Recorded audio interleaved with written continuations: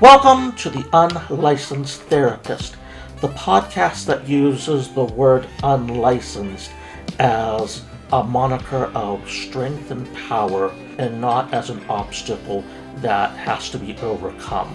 My name is Matthew Grimm and I am your host. If you heard our previous episode, thank you for coming back. If you just stumbled across us, thank you so much for allowing me to pull out my virtual therapy room and thrust it onto center stage under the spotlights to bring you up onto the stage with me so that we can have a therapeutic, educational, and entertaining conversation today. And today we're going to talk about what I think is the number one most misunderstood counseling tool in the world. And that is, of course, the Therapeutic Alliance. It is probably the most important evidence-based predicator of client success. And it's the cornerstone of everything that we do. Without a strong alliance, the most brilliant CBT technique or psychodynamic insight is absolutely useless. The biggest mistake new therapists, any therapist, make is prioritizing technique over connection. The biggest complaint I hear from people who went to therapy and are not going back is because they didn't feel that connection. They felt like the therapist was just sitting there and not giving them any feedback. Today, we are going to break down the three components of that therapeutic alliance and, more importantly, show you practical, nonverbal ways to build it from the very first moment of that first session.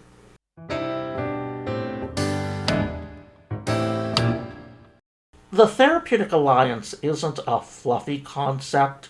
We hear the word relationship and we think we're not supposed to have a relationship as a therapist with our clients. But when we break down that word, the pure meaning of a relationship, it's an interaction between two or more people or two or more groups. That's all a relationship is. There are different types of relationships, and that's where we have to be cognizant of what type of relationship are we stepping into in the therapeutic room. The type of relationship we want to step into is the Therapeutic Alliance, a therapeutic relationship, one that can be measurable, collaborative, and defined by three key components. That number one component, where are we going in this relationship, or agreement on goals. This means that the client and you, the therapist, agree on what the desired outcome of therapy is. And this might be something broad at first, or it might be laser focused. It's going to depend on where that person is coming in as they're stepping in the therapy room. The trap here is assuming the goal. We as the therapist should not assume what the goal is. We should verbally confirm it. If the client says, I want to feel happy, then you should clarify. So our goal is to identify and commit to behaviors that bring a consistent sense of satisfaction and peace into your life. Does that sound right? This means that we're also tearing away the idea of a power structure. That client is stepping into the room and sitting at the feet of a guru, someone who knows so much more than they do. They're coming into a room, and yes, we have some training that maybe they don't, but that shouldn't affect the relationship. That shouldn't be there. There should be an equal footing. When there's an equal footing and no power structure, no power struggle, people are more likely to follow along with a laid out plan. Our number two thing is agreement on tasks, or how are we going to get there? So this is the method. This is your modality. This is your technique. That's where this comes in. If you're a CPT therapist, the client has to agree on certain things. One of those things is homework. If you're a psychodynamic therapist, then that client is going to have to agree on exploring their past. The mistake so many therapists have is forcing the task, assuming that because the person is here for therapy and they are sitting in the room, if you're not doing step one, step two, step three of your chosen modality or technique, then you're not doing therapy and therefore you don't know what to do. This is where explaining the rationale of why I'm asking you to do something falls into play. This is a new thing for our clients. They may never have been in therapy before. If we say, I know journaling is hard, but we're doing it because it strengthens your ability to observe yourself, the part of you that can see the anxiety building up without being consumed by it. Are you willing to try that? Can we try that for 1 week? And then once we get it for 1 week, can we try it for another week and another week? And then as the therapist, we need to be willing that if that's not working, if that's not something the client can do, we need to seek out something else that they can do. We can modify things to make this work.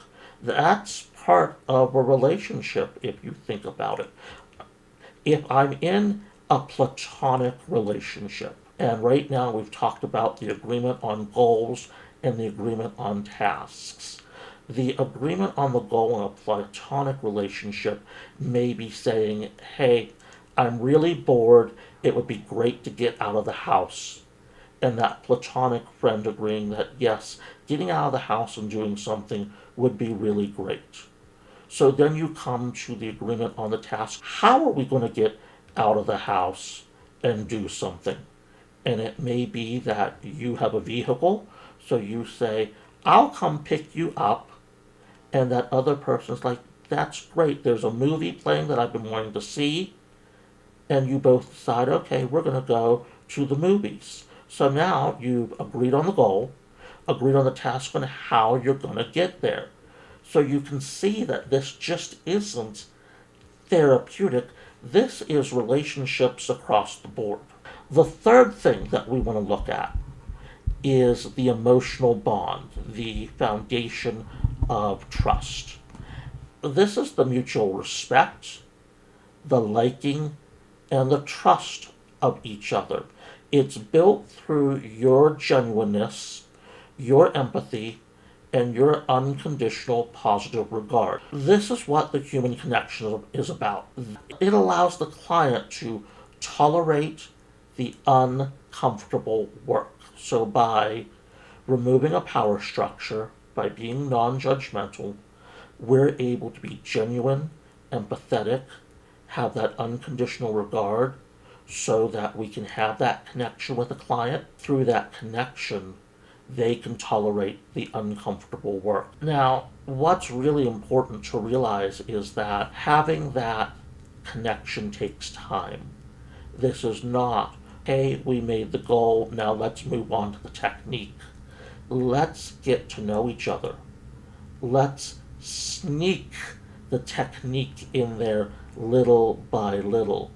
This is first about building the relationship and being comfortable with each other, and then about using techniques and introducing skills to someone.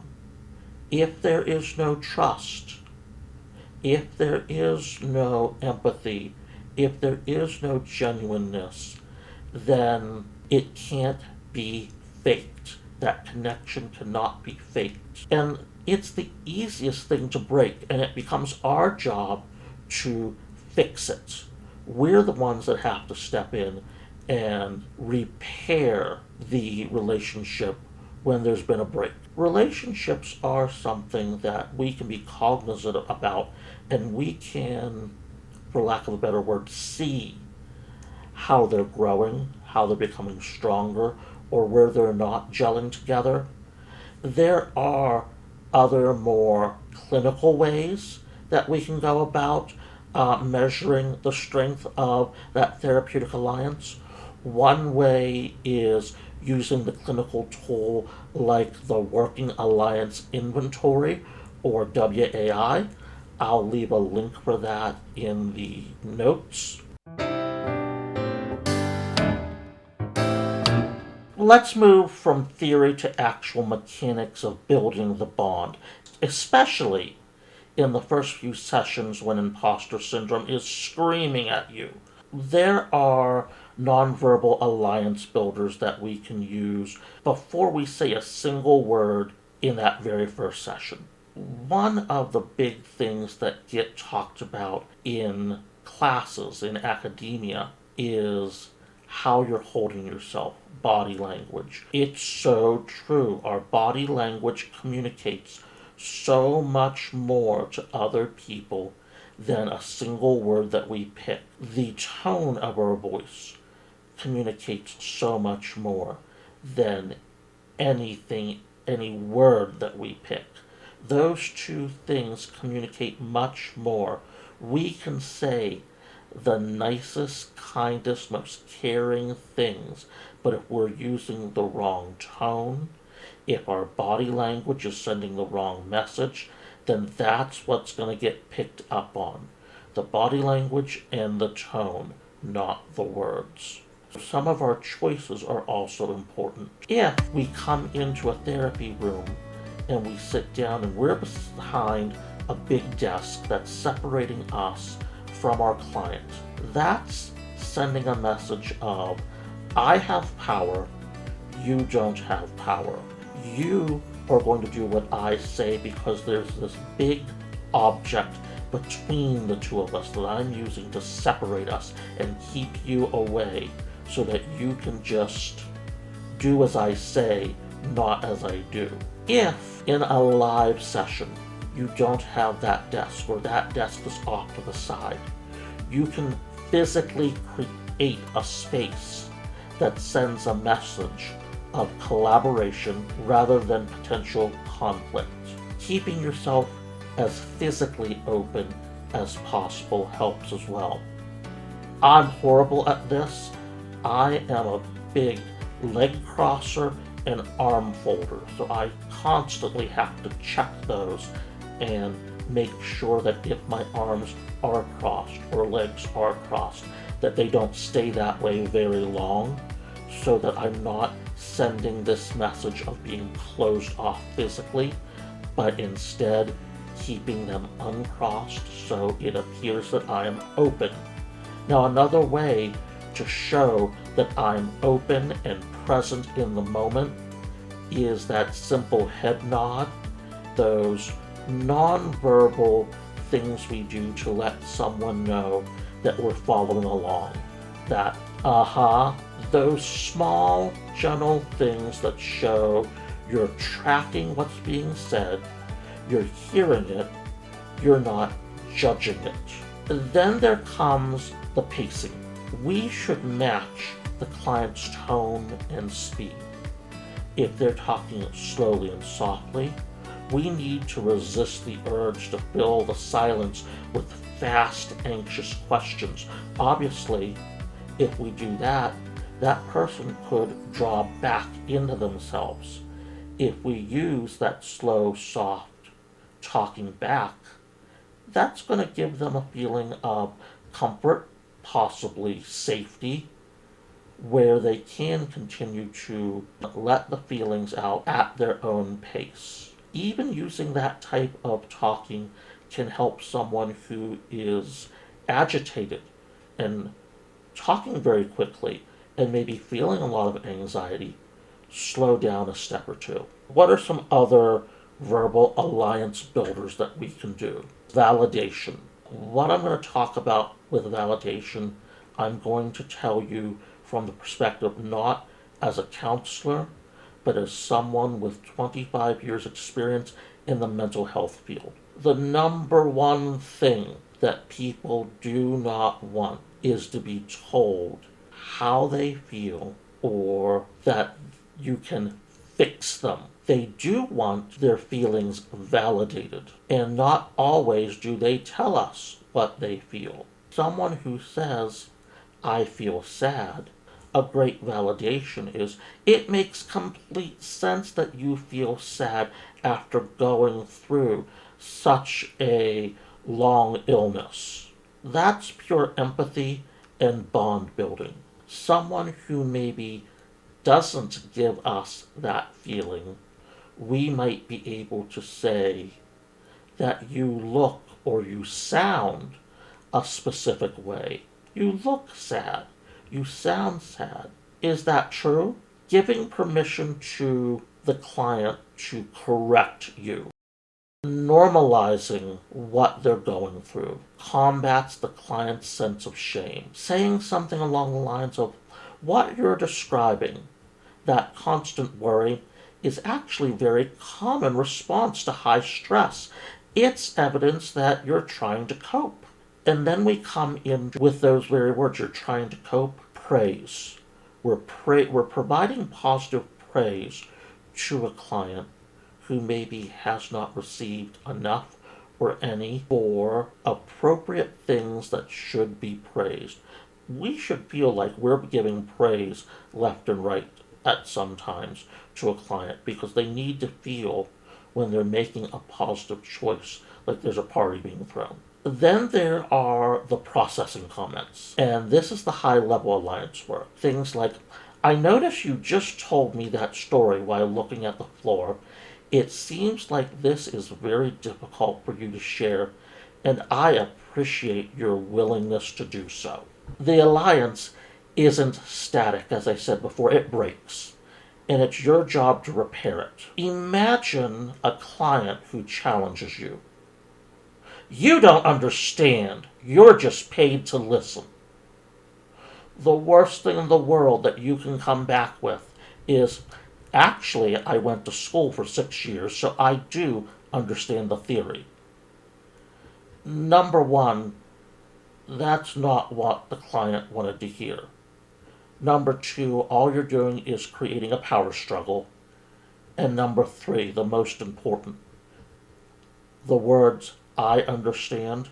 No, you don't.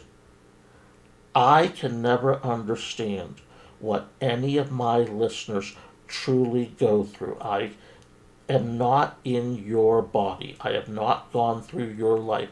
So I can never truly understand. I can validate. I can support. I can imagine what it must be like, but I cannot understand it. What's something that might have been better to say? How about, you're absolutely right. I can't know exactly what this feels like for you, and you're right, I'm paid to be here. But I can tell you that I'm showing up today and every day because I genuinely believe in your capacity to heal. Can we talk about what I did that made you feel like I don't understand? Honesty and accountability, those are the things that heal the rupture in the Therapeutic Alliance.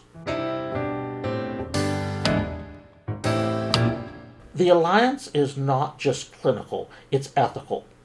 The strongest ethical defense you have is a client who trusts you. When facing an ethical dilemma, let's say mandated reporting, a strong alliance allows you to say, because I trust our work together, I am ethically required to take this next step, and I want us to plan it together. If the alliance is weak, the client feels betrayed. The alliance is your ethical buffer. Now, let's be honest. When we're talking about mandated reporting, the client may feel betrayed no matter what. But the stronger the alliance is, the more likely you're going to be able to repair it and continue to move forward because you've been honest and open and trusting with that person. Next week, we're going to do a deep dive in episode 3 into the imposter syndrome trap, the anxiety that keeps you from building this powerful alliance. We'll give you practical tools to manage panic in session. As we close, I want you to commit this to memory. The alliance is the intervention. Everything else, the theories, the techniques, is secondary to the human connection you create. If you found value in this conversation, I have 2 calls to action for you. Hit the subscribe button. Make sure you get our next episode on fighting imposter syndrome. Number 2, share this episode. Do you know a colleague who's focusing too much on textbooks? Send them this link. Let's build that supportive community focused on connection. Thank you so much for trusting me with your time. Master the alliance, and remember, we'll always be unlicensed as long as we're constantly learning. We'll talk again next week.